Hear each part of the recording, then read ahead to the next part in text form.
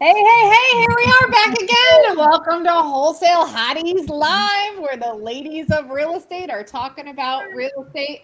My name is Sharon-Lee Smith. I'm your MC for the week and joined with Donda. We're so glad you're back. I'm glad you're feeling better. Last week you were not happy. Kate Gomes, how you doing out there in the mobile RV? Yep. I'm Having real fantastic. estate. Sitting here in a parking lot today. And Monique, awesome to see you again. And we are here this week with Kristyn Cozad. Am I saying that right? Cozad? Yes, ma'am. Thanks, All right, Kristyn, welcome to Wholesale Hotties. How are you? What's new? What's going on? It's really nice to see all your faces. I remember when you were getting this all off the ground. So this is really fun to be here with you guys. We're glad you're here, Kristyn. Thanks for coming on. Thank you. Exactly. Absolutely. We're glad to have you. Tell us a bit about you and what you do. So I'm a real estate investor as well as a purpose coach. So I kind of combine the two worlds. I'm trying to find the balance of all of that, to be completely honest. But getting into the real estate investing world, it's been really important for me to bring that purpose part into it. And I see a lot of fuel for that. So it's kind of exciting thing for me. But I got started about, I closed on my first deal January 30th of 24. So just coming up on a year. And it's changed who I am, the entire realm of this and the great community that we get to be a part of with all of you guys. I mean, it's just been such a game changer for me. I live in Denver, Colorado.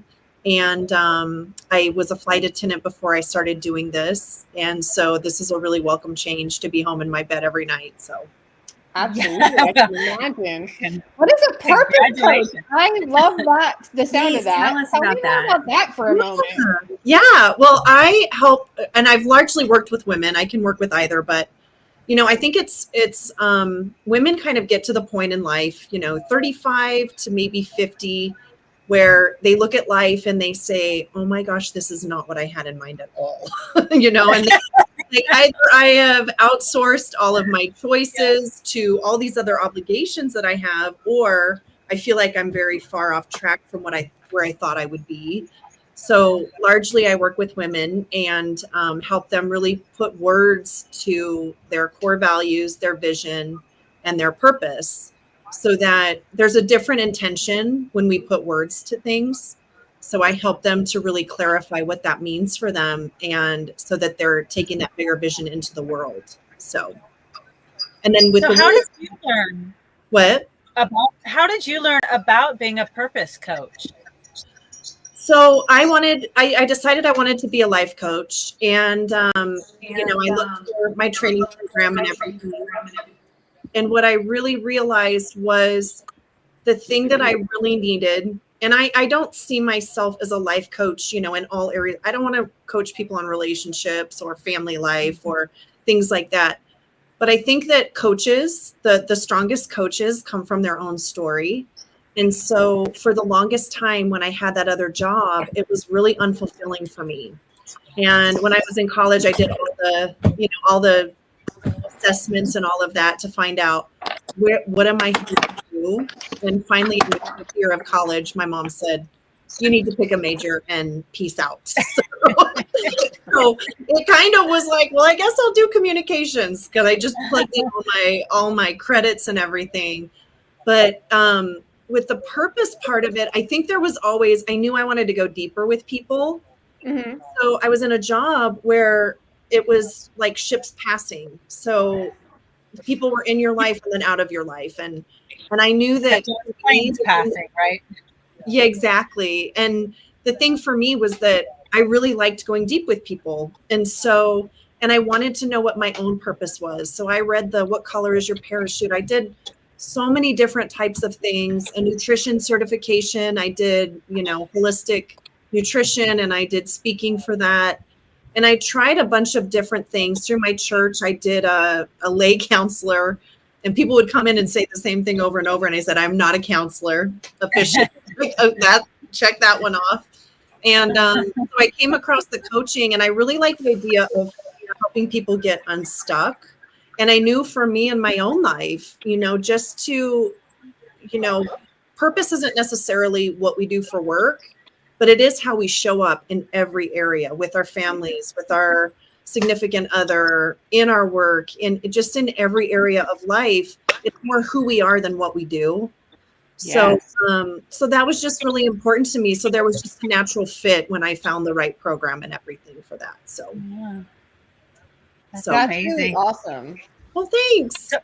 That's really awesome. It sounds a lot like what I do as well. So I'm into the holistic stuff. I'm actually leading the Astro group in a group fasting challenge right now. So I'm posting all about what it is to fast and all the different types of fasting, this type of thing. And we're going to all together on the 20th start a 3 to 5 day water fast. I didn't know that about you. I'm so excited to hear that. That is really cool. I did a really long fast last year, and it definitely changed me. It was just an incredible experience. But fasting is, oh my God, there's so many great benefits. That's awesome. Are you guys looking at fasting just more for your bodies or as a spiritual thing? Because I hear that it has both aspects. Some people fast more for spiritual reasons. So I don't want to take the spotlight off of Kristyn at all, but yes, I will talk about fasting all day. So a little bit of everything. So I did a 14-day fast the last 2 weeks of the year. So I would break my fast on January 1st. And I was in an Astro call right after that. I think it was the 3rd. And Jamil was talking about, new year, new you type of thing. And I'm like, yeah, I just, finished my 14-day fast. And I'm literally a new me, right? Because your cells go through apoptosis and autophagy and just literally change over. And so then he's like, he called on me because he always calls on me when I say these things. And he's like, so what's this fast about? And so I told him all about it and whatever. And then he's like, okay, I want you to lead the group. And so what I'm doing, because I'm certified in Western herbalism, in traditional folk herbal medicine, in Appalachian mountain medicine.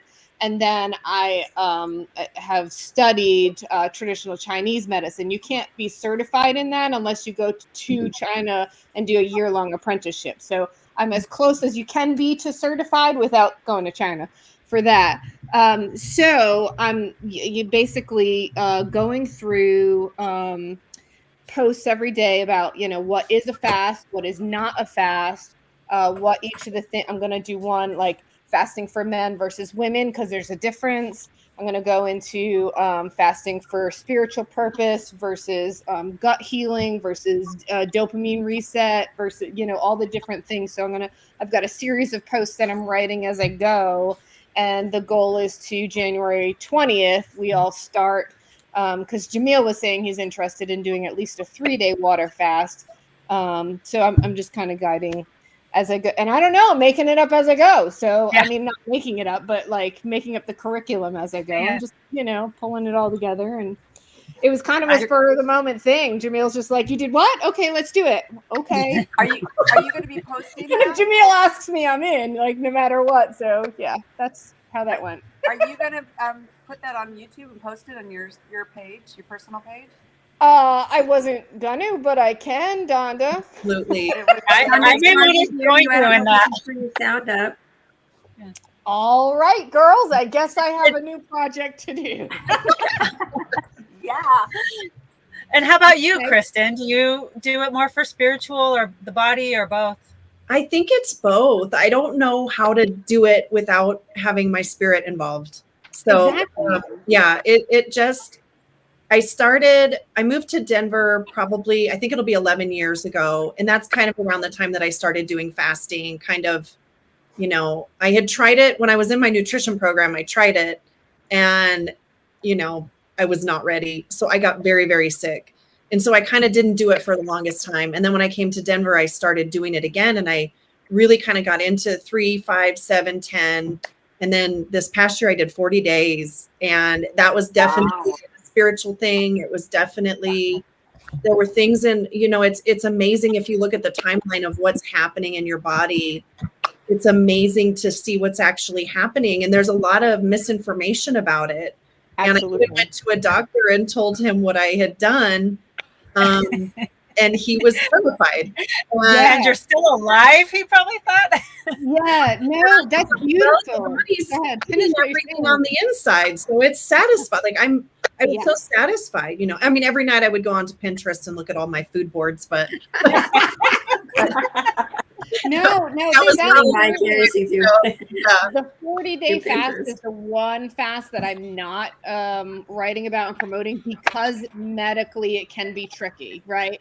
But that's my next step is to do a 40-day fast. And there's a whole I don't know, have you read the Esiac book about the 40-day fast? And so it's based on Jesus's 40-day fast, 40 days and 40 nights in the wilderness, and there's a whole bunch, there's a whole thing, a whole book and a whole series about it, and I'll send you links for sure. But you have to be very, very careful. And I knew that. I mean, that was kind of my goal starting out. But I also knew, just like everything in life, you have to make adjustments for yourself. And so I knew that if something happened where I kind of started to feel like, ooh, I think it's time to break it. I think that's Kate, that's the part of the spiritual part too, is really listening, you know, and knowing. And the humility to say, okay, I might need to. Right. And to care enough for your body to give it what it needs. And if it needs to of it, then that's but I think that is just amazing that you did it for 40 days. I can't even imagine that. I've only known one other person. It's so funny because now I can't go 3 hours without eating, and I'm like, okay, it's a mindset thing. Right? It's a totally mindset thing. Yeah, definitely. And you were flipping houses during your fast, right? You were working. I was, and I had this contractor who constantly wanted to go out for Mexican food. And it was like, that's my weakness, girl.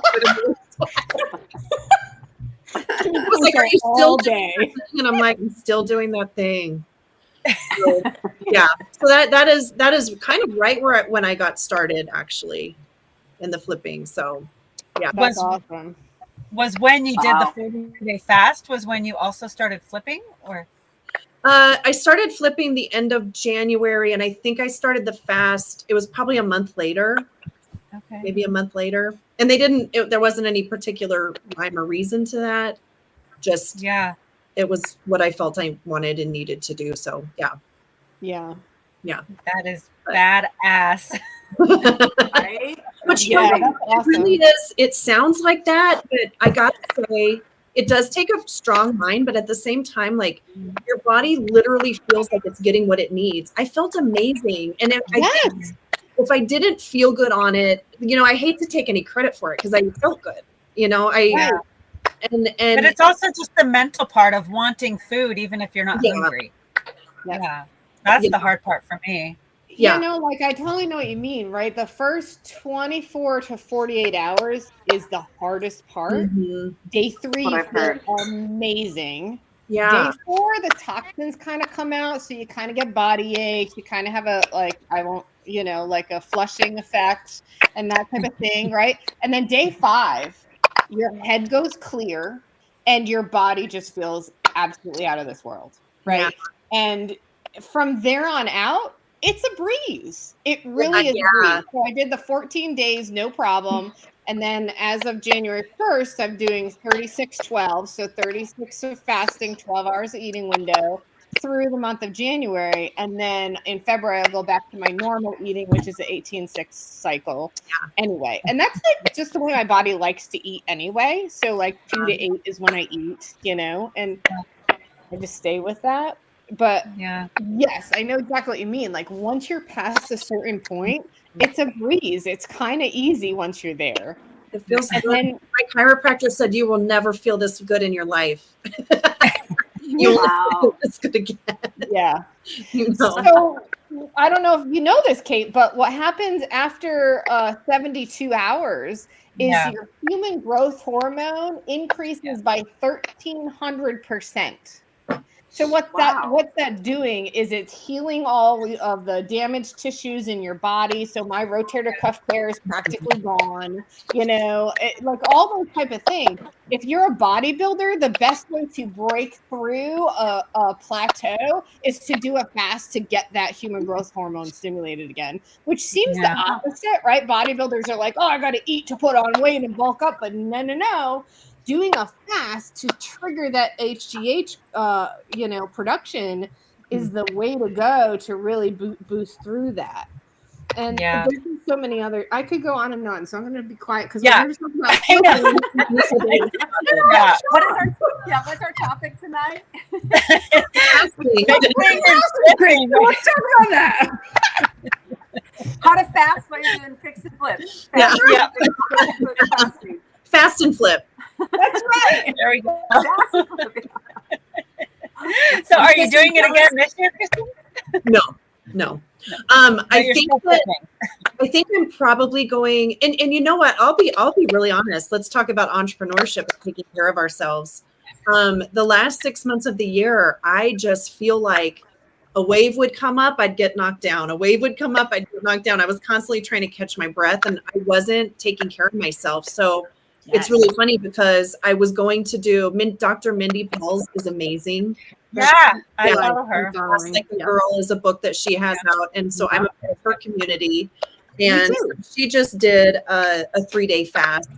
And I thought, you know what? I don't think my body, and I think that's part of the wisdom about making sure your body has what it needs. Right. I feel like I came out of this past year, and one of the biggest parts of my entire year and my business is taking care of myself again this year. Yes. Because I wasn't doing it. So I just felt like, you know what, let my body adjust to the new things that I'm doing and moving away from. And I'm not drinking alcohol this year. So that's a new thing. And wasn't planning on good luck with that. But just to kind of recalibrate, I think. And and I just realized that I wasn't feeling good when I drank. Yes. So I'd love a glass of wine, or bourbon, or tequila, but and there's like I'll drink again, but this year I've put it on the shelf because it wasn't feeling good, and so this year I want to feel good. I want to take care of myself and trust that the business will follow. So I love it. I just bought her book, The Menopause Reset. Somewhere in the middle of last year, I just stopped having a cycle completely, and so I'm like, oh. I guess I'm in menopause now, right? So I'm like trying to follow that and figure that out and whatever. So she's the best for all of that. I highly recommend her for anybody, whether you have a cycle or not. She's great for talking about women and fasting. So Is that Dr. You said Dr. Mindy who? Pelz, P-E-L-Z. Okay. Actually, Donda, I have an extra copy of her book. If you want it, I can send it to you. Sure. That'd be great. That would be awesome. I don't have the menopause one, but I have the other one, Fast Like a Girl. So, but awesome. I love it. Yeah. So I'm sure they're similar. There's just little tweaks, certain chapters. She covers all of it in Fast Like a Girl. Yeah, I think Fast Like a Girl, if you're just getting one, is the better one to get. I have them both so as well. Good. Yeah. So good. Yeah. For all ages. Well, all adult ages. All stages. Maybe not when you're a 10, but. Hence the Wholesale Hotties, right? Exactly.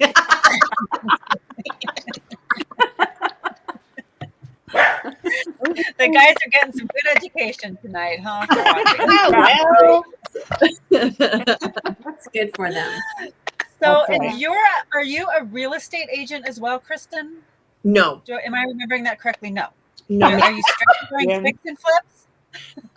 So last year I did fix and flips. That was my kind of entry, was doing fix and flips.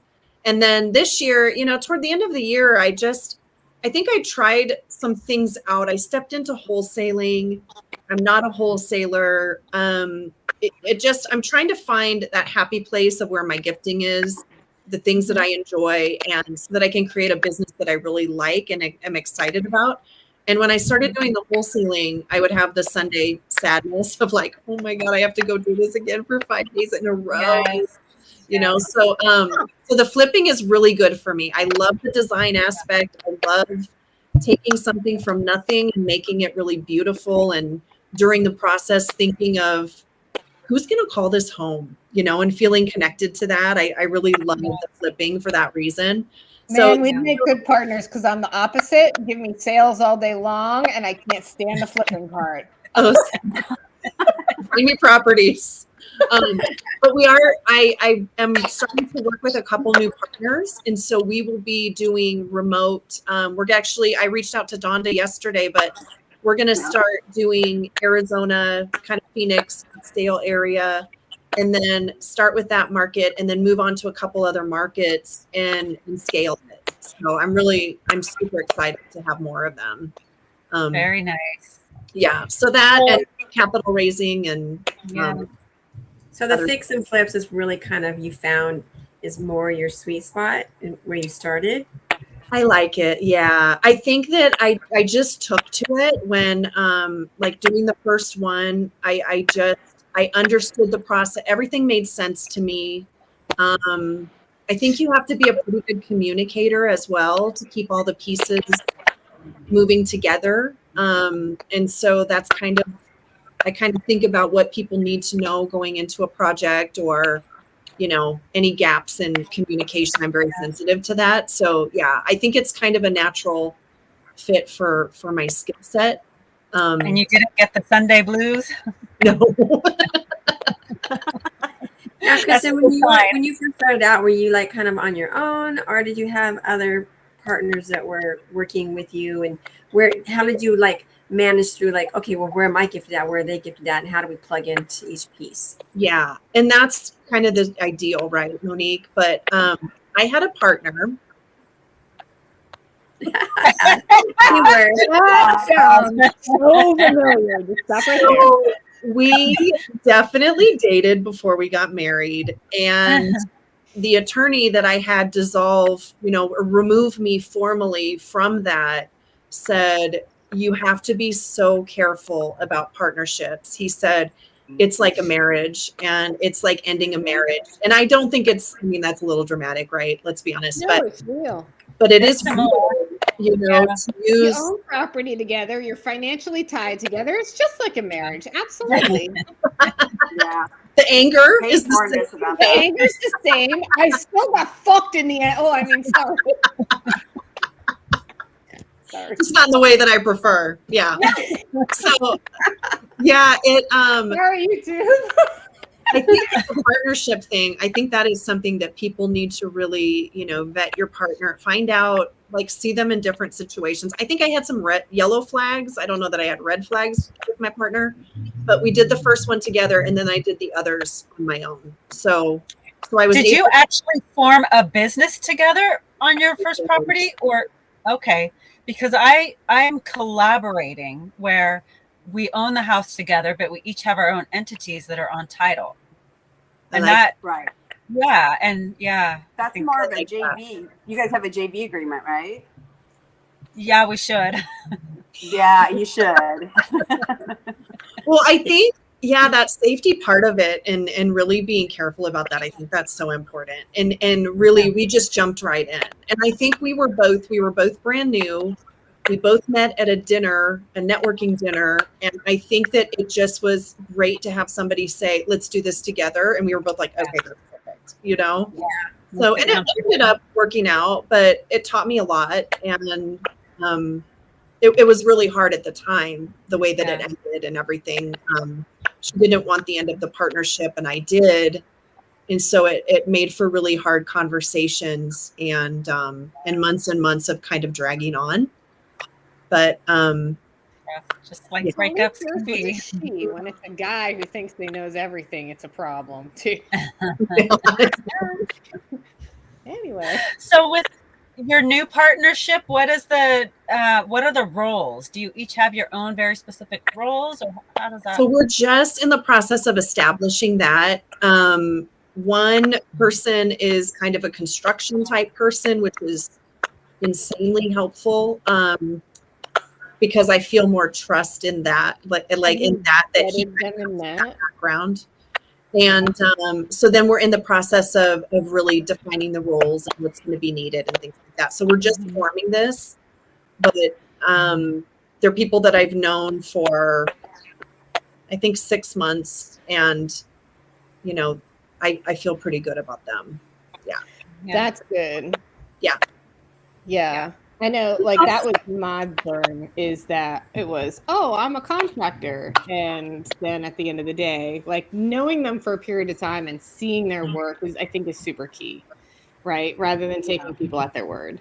Yeah. So, Well, Right. it's, you know, kind of the character part of it so Yeah. much, you know, and seeing them with different people in different settings. yes. I think that's really telling, and kind of goes a long way with, you know, oh, this person, every time I see him, he engages in a similar way, and he's consistent. Yeah. It makes a difference, Kristyn, too. I think that when you're having communication with people who have had some experience with you, without you, and you run into situations and you can play off of each other by saying, hey, this is what I see. What are your thoughts? Yeah. And then you can have that communication to go back and forth to determine what is going to be the best way to move forward, and not just what you're thinking is going to move forward. And it sparks ideas that you may not have sparked otherwise. It makes a huge difference. Like, for instance, and I've done a fair amount of fix and flipping, and my brother is my business partner, and you know, we're very synergistically, we're very opposite, but that works so well because he's gifted in different areas and I'm not, and it just makes a world of difference when you have that person to play off of, and to sounding board type of thing. So and you got comfort in that deal, right? And to have the opposite skill sets, and then the ability to communicate about what needs to be done. Those are the two most important things, I think. You know? And I think what you were saying about outlining those roles and expectations up front is so important. Yeah. Rather than saying, oh, you're a contractor. Oh, I have money. Oh, let's do this. Right. Really detailing what that looks like. To put it in writing too, because what is in your head, it could be completely different from what's in their head.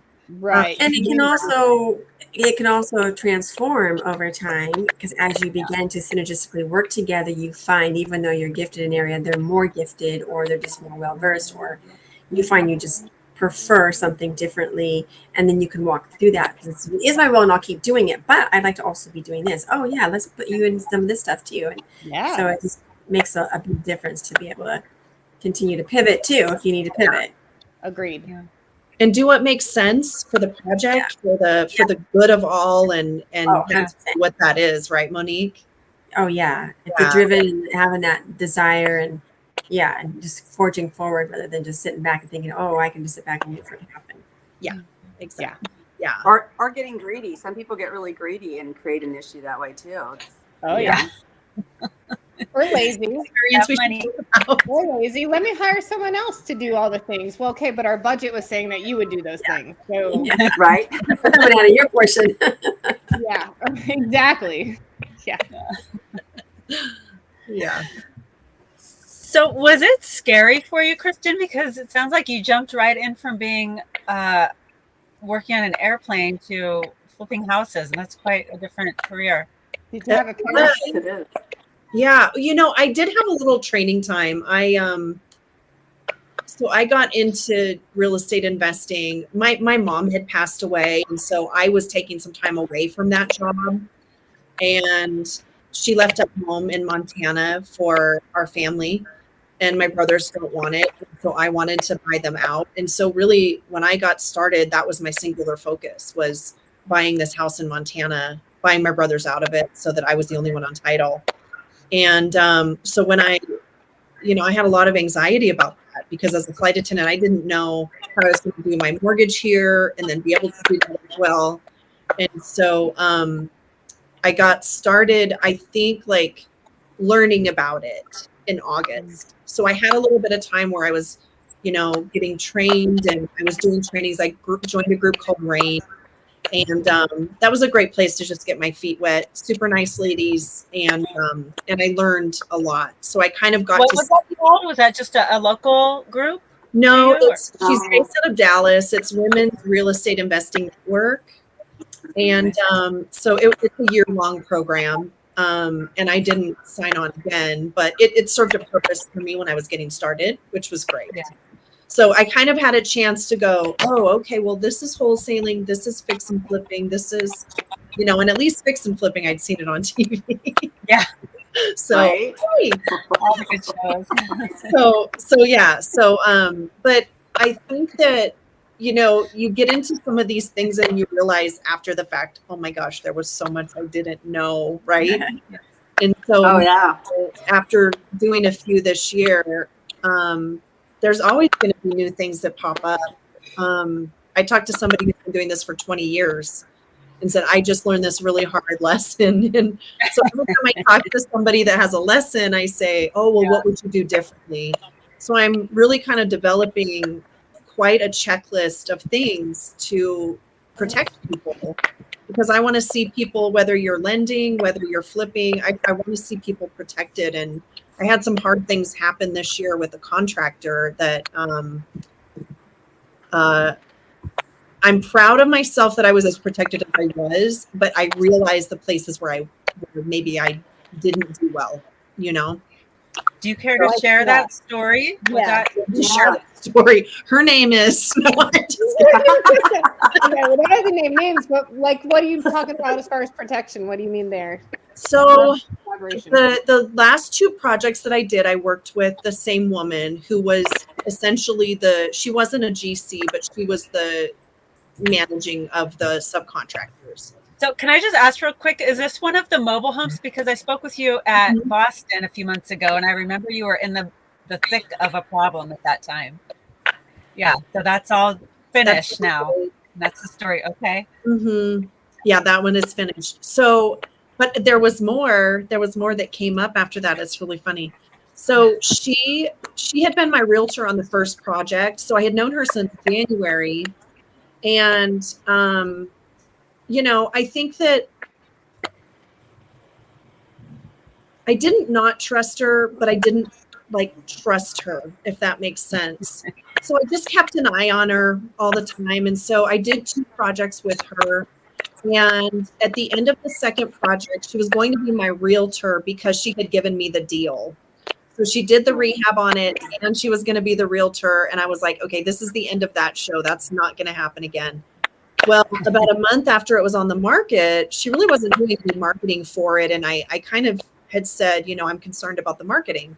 And the next day I woke up to an email that said termination of contract. And she said, I got all of my staging items out. I left the keys under the mat. And it was literally in that moment taken off the market. Wow. That's nice. Yeah, I didn't understand that, but it ended up that was a huge blessing because a couple weeks after that, I heard from the main subcontractor who said, we never got paid on this job. So, Oh my gosh. Oh, wow. yeah. And this girl had a whole story, and I reached out to Pace and I told him, and he said, do not get involved. And because I had paid in full the main contractor and had a lien waiver from her saying, the contract had our dollar amount, our budget, and the lien waiver said she's paid this in full. But talking to an attorney later, there are so many protections that need to fall into place to feel really good and to just be sure that we're not getting lazy with flipping. And one of those was make sure that as the subs are getting paid, you also have lien waivers from them as well, because I didn't realize that even though it was in our contract that she would pay the subs, you just want to be sure nothing's going to come back on you. If you're running a good business and you're paying people, you want to be sure that you don't have any of that coming back on you. So not only, moving forward, I will have the main contractor sign a lien waiver every time there's a draw. And then I will also do the same with the subs. I'd rather overprotect than underprotect and be able to prove my case very easily. But even at the time, I was so grateful to have that lien waiver. And so I told the subcontractor, we did talk. I just felt terrible for her. And so I said, well, I don't want her to put a lien waiver on the house. So I wanted to tell her I have a lien waiver. I didn't want her to put a lien on the house. So I told her, I have this lien waiver. You're barking up the wrong tree. This is who you need to go after. And so it was terrible. And talking to her ex-business partner, there's another lawsuit against her for stealing $30,000 from that partner. So for me, it was $26,000 that didn't make it and never made it to the subcontractor who did the work. So it's just come up to me within partnership, within flipping, with contractors, with all of it. There are a lot of risks, but how do we best manage for those risks? How do we share that with people who, I got in, I don't even realize, I realize now, but I didn't even realize at the time how green I was and how lucky I was that the first one went really well, Yeah. So that feels like a really important thing to me. And I did talk to Kate about that because, somebody will say something, they do something, and of course you're like, oh my God, this thing is going on. Tell me what to do. So I definitely. It's nice to have that. It's nice to have that. You're not alone feeling, I'm not alone. I got people I can talk to. And then everybody has at least one story. Yeah.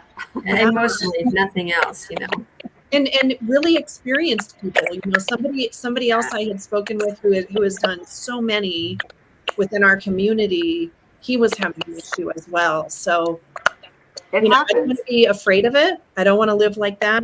But at the same time, I do want to cover myself as much as possible and be sure that I'm not getting lazy with assuming people are going to run business.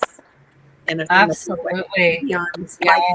Do you find, Kristyn, do you find that when you're working with subcontractors or you're working with contractors, do you find that your situation might be a little bit different compared to maybe if you were a male or something to that effect? That it sounds like you've been dealing with a lot of women, so maybe it doesn't really come into play there, or maybe it does. I think it did, Monique. Honestly, I think that she thought this is a new investor. It'll be easy to take advantage of her. The first project where she did the rehab, it took me a very long time to get the lien waiver from her. And at least I knew I needed that, right? But I think there were a lot of things where I think there is that mentality with men and women, thinking that, also if you're a nice person, that you're going to be a pushover. And that's a paradox, because I'm not going to let you come after me, but I want to enjoy my business. I want to work with people that I respect and that I want to treat people well, but I'm not going to lay down and die, if I'm taken advantage of. So I think that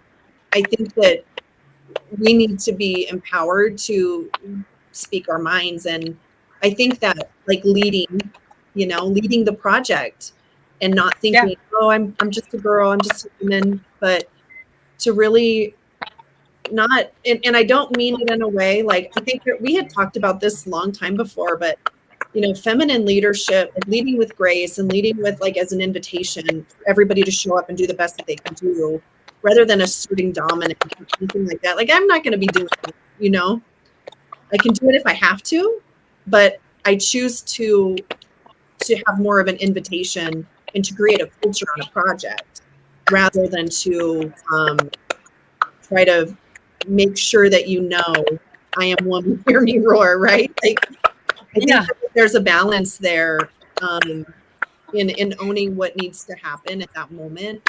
But I think that whether you're working with a woman or a man, I think that it is a possibility that maybe I don't see it that way, but they might. I think that's a really great way of looking at it. The way you explained that was really very, very gracious. Thank you. So, yeah. And I feel like you can be like that in the flipping world, but you also have to understand what you're doing and know what you need to do. Maybe don't give the contractor all of his money up front before the job's finished. And following those types of procedures to protect yourself, and then you can be who you are. You don't have to be the hard ass. You can just exactly. Not paying you yet. Sorry. I think the more educated we are about all the aspects of the process and who's doing what and when, and the more educated, the more confidently we can lead that way. We can actually lead the project instead of being led by a contractor or a partner or anything like that. So I agree completely with that, Kate. Yeah. And I think if we set expectations right from the get-go with these contractors or anybody doing work with you, it's like, I want the job site cleaned at the end of each day. I don't want cigarette butts in my yard. Seriously, if you kind of give them a write out and you have them sign it and just say, hey guys, this is what I expect of you. And is there anything that, communication is really key, and let's make this thing work. But and everything in writing, just like that. Like that's really good. Yeah. Cigarette butts are going in my neck. Right? Because it's really bad when you go there and you're like, oh my gosh, this is horrible. Yeah, it looks like one big trash bin. Leftover, your leftover pot or whatever. And we had a situation with a property that we were working on actually for a homeowner, and one of our guys our subcontractors went there, and the homeowner was livid. He said the guy was on his roof dancing to his music. He didn't like that. He was very unhappy that this guy was, because he said that one of the sandbags rolled off and fell onto the ground. So I was very unhappy about that. And the fact that he was dancing on the roof is really, that's not okay, apparently. I found this really funny meme. I wish I could, I'll try to find it and send it to you guys, but it was so funny. It was these workers with like a scaffolding, and they were all, they were definitely not working. It was so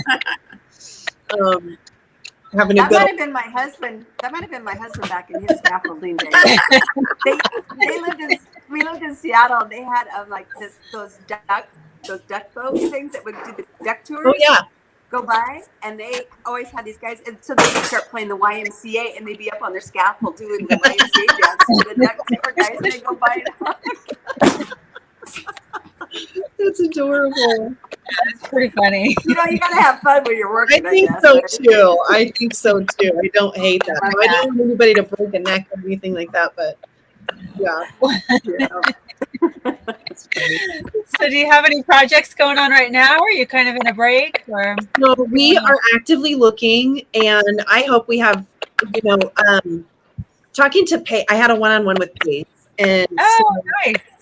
Yeah, so we kind of talked about it, and it's really hard that in between projects. And I said, how do we kind of keep this going? And so what he does with his guy is he keeps him busy, and that's his guy. And so I think that we're going to try that approach and try to pick up 2 per month, or talk to the contractor and say, what's a happy medium for you? When are you at a good point of busy without being overwhelmed and without being bored? Find out what that number is for them, and then getting that many projects going so that we can kind of have a real relationship with our contracting crew. And so I think that'll be helpful, I think. Yeah. That's smart, Kristyn. I think that's really a smart way of handling it, a smart way of putting it, because you're not now just assuming, you are putting it upon, okay, this contractor, and every contractor might be different.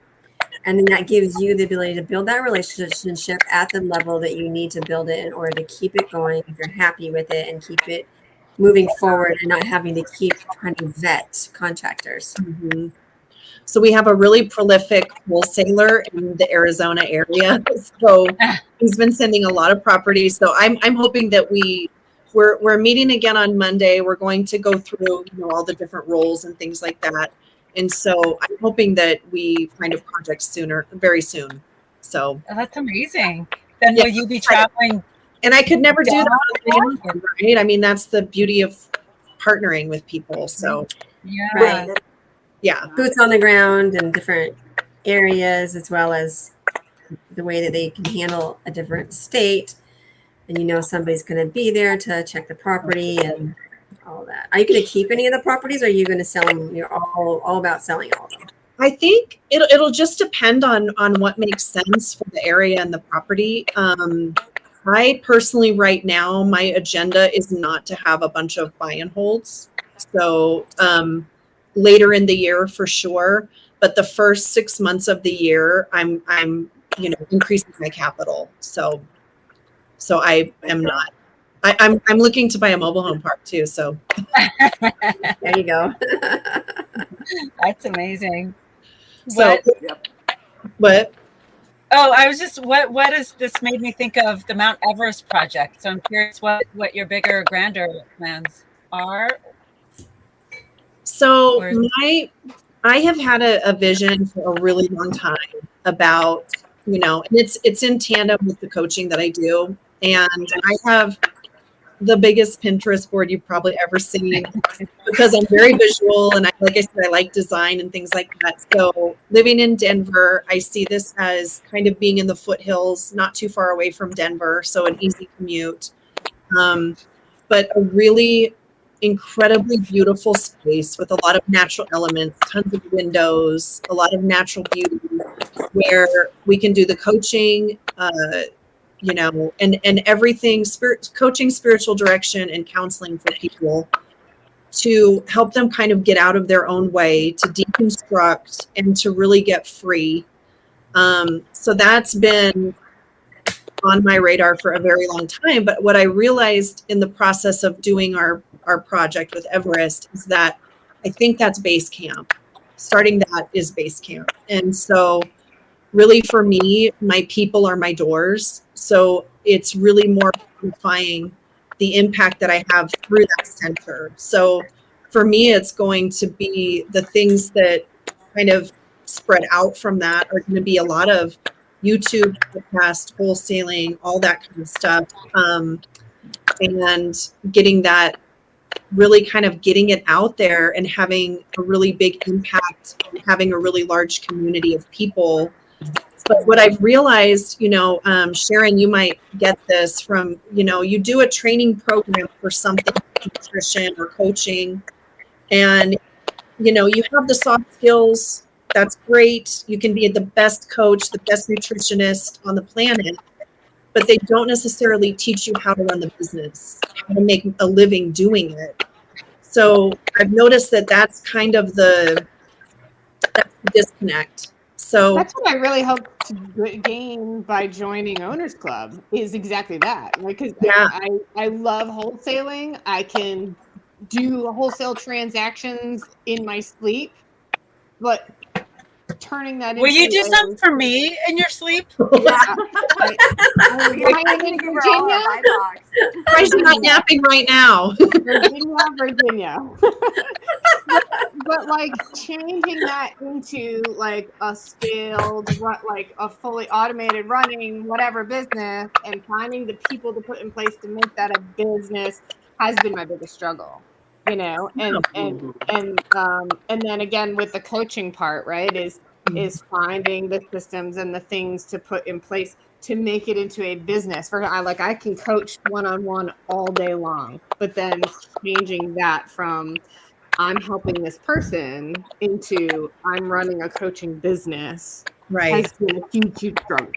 Right. And there are a lot of people struggling with that, And so I think that the part that, I'm learning, there's a lot of juice here in the real estate investing world, and it does take time to get that, all our processes and all the different aspects of our business. It just doesn't happen overnight, and it does take a fair amount of work. But what I'm learning is that people can get into this, when we have a purpose, when we have something big that we want to bring out into the world, what does not hurt? So it increases our impact and our ability to influence in whatever that purpose is. So for me personally, it is looking at what kind of education, after clarifying purpose and vision and all of that, what kind of education do people need in order to take that thing out into the world? So thing to me gives, am I muted? No, I can hear you. Okay. I just saw a message on the screen. You've been unmuted. Sorry, I'm trying to figure out what that clicking noise is, and I was muting each of us separately. It's like really wild. I know, I can't find that either. I don't know. I've muted each of us separately. I don't know which one of us it is, but that's okay. Just keep talking. We're going to ignore it.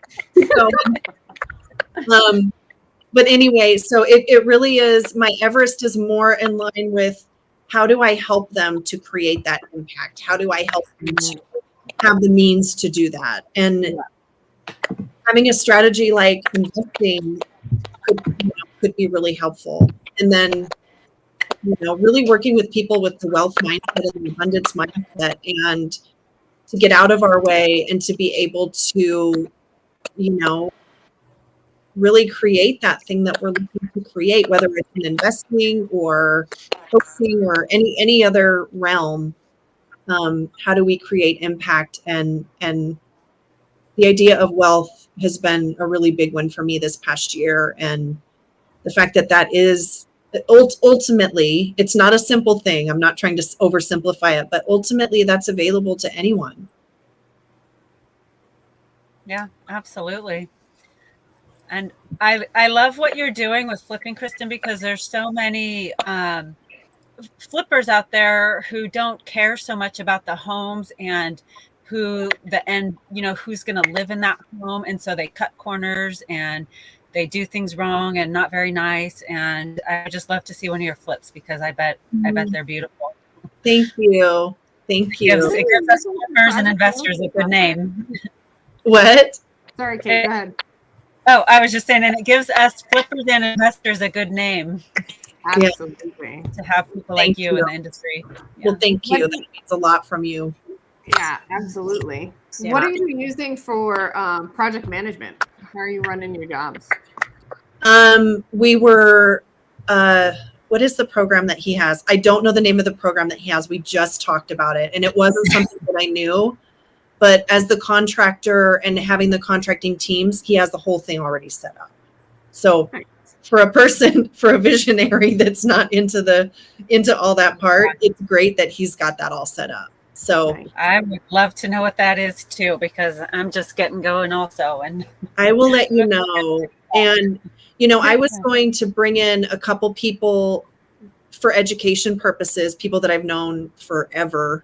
A couple school teachers that I know, and I was going to document all of that on my YouTube channel and kind of show the process of teaching them how to do this so that they can have another stream of income and pay for college for their kids and things like that. But what I was looking for at using was either a Trello board or Monday or something like that. Yeah. Mm-hmm. Yeah. There's a really great one, and I don't know if you've seen it. We used Trello. Yeah. I'm sorry, what? What did you say, Sharon? There's a really good one that I don't know if you've heard of it or looked into it at all, but it's called the Rehab Valuator. And it is written and designed by a ground up construction guy that's been doing it for years and years and years. And he puts real cost estimating numbers in there. So every quarter he takes the numbers from his actual books, his QuickBooks.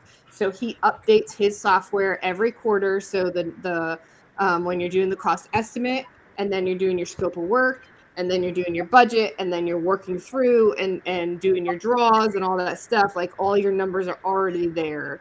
And so it's really amazing software if you have the inkling to look into it. It's I just put it in my phone. Thank you. I definitely want to see You're welcome. That. Sounds if you great. look at the description of this video, there's a affiliate link at the bottom, and you can go through my affiliate link and get me some pennies. Awesome. It's like I promote it mostly because I love it, and I've been in construction cost estimating and project management since '96, and it's the best tool that I have ever seen. So it's definitely something to look into. Yes, I like that. Well, ladies, Well, oh my gosh, it's over 8 o'clock almost. It's fun. I'm so glad that I got to see you all. Holy crap. Okay. I know. I want to have another hour so we can go back to the fasting. Exactly. Let's Maybe do for our some mindset week, we can talk about that type of stuff. Fasting, spiritualism, all that type of thing. Well, and a really good topic is the spiritual energy of our business. 100%. That is a thing. That is a real thing. I'd love to come in and talk about that too. Me too. I experienced that as I was a realtor for 7 years, and I felt at that time there was a lot of spirit in there. But just the things that happened and the way things would or wouldn't work out. It's really, it's a good thing to keep in mind.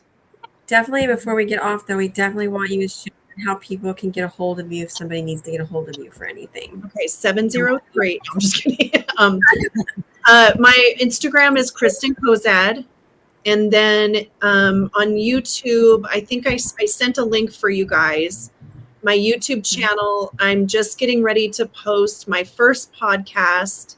Yay! Editor, he just messaged me that it's in my inbox, so I'll be excited to see that. But I did an interview with someone, so I'll be getting those up, the new episodes, and so that's exciting. Illuminating Life. You'll have this one, so I'll get you the recording and you can upload this one, so then you'll have 2 podcasts. I love it. But I'm going to post every week, so I really like the conversations and getting to talk to people about the things that they are passionate about. So I'm sure anyone of us would love to see again. Oh, sorry, go ahead, Kate. No, go ahead. I was just how did you say we find you on YouTube? Illuminating Life Official, or you can search my name. It's a little quirky. I think I've got to get that figured out. So, but if you search my name, Illuminating Life Official. Yeah. I like that. Thank you. That's a cool name. And that'll be in the description as well of this episode, so people can get in touch with you. So that'll be great. And I forget what else I was going to say. Well, we're at the top of the hour now. 6:01. Yep, absolutely. Well, Kristyn, it was really good to have you on. I'm sure any one of us would love to be on your podcast at any given time. So you have our numbers. Feel free to reach out. And thank you. Thanks for talking with us today about all the things. And thank you, Kristyn. Stay on for the after party. Stay on. Okay. I love it. We'll see you later. Thanks, everyone. Thank you. Pleasure. Bye. Share. Bye. Love you all.